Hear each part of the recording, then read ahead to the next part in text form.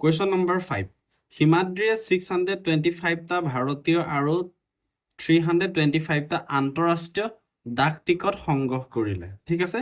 625টা ভাৰতীয় 325টা আন্তঃৰাষ্ট্ৰীয় ডাক টিকট সংগ্ৰহ কৰিলে।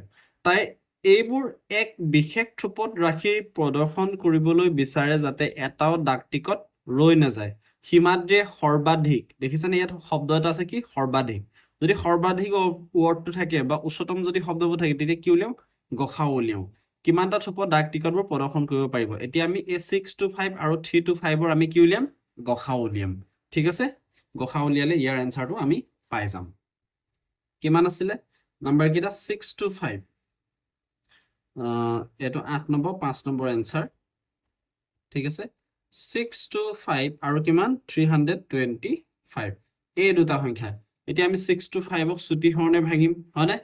প্ৰথমতে ইয়াক আমি কিহে দিম 2 নাযায় 3 যাব জানো 3ও নাযায় 5 দিম 5 এগুণ 5 1 আহিলে 5 দুগুণ 10 2 আহিলে 5 5 গুণ 25 আকৌ 5 যাব 5 25 125 5 5 গুণ 25 5 কেইটা পালো এটা দুটা তিনটা চাৰিটা পালো। ঠিক আছে 5 টু দি পাৱাৰ তাৰ মানে 4।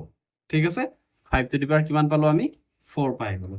এটা নেক্সট 325ক আমি ভাঙিম এতিয়া 325 325ক কিহে যাব 3 যাবলৈ 3ও নাযায় এতিয়া 5 দিম ইয়াক 5 6 29 2 আহিলে 5 5 গুণ 25 5 যাব 5 এগুণ 5 1 আহিলে 5 3 গুণ 15 5 কেইটা পালো দুটা পালো হয়নে আৰু 13 এটা পালো। এটাকে গসাউ হ'ব গসাউ কাৰ 625, 325 ইহঁতৰ গসাউ উলিয়াইছো। এই কমন নাম্বাৰটো কি আহিব সৰু সংখ্যাটো আহিব। কমনত সদায় কি হয় যে কমন নাম্বাৰটো কোনটো আহে সৰু সংখ্যাটো আহে। 5 স্কয়াৰ মানে কি হ'ব 5 কেইটা পূৰণ হৈ আছে দুটা পূৰণ হৈ আছে 5 5 গুণ কিমান হৈ যাব 25 হৈ যাব। এটাকে আমি এনসাৰটো কি বুলি লিখিম হিমাদ্ৰীয়ে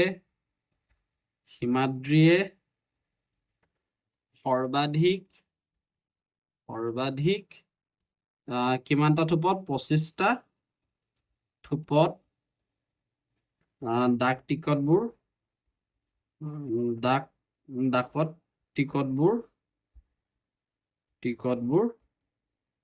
প্ৰদৰ্শন কৰিব পাৰিব। ঠিক আছে এইটো বস্তু এইটো ইয়াৰ এনসাৰ।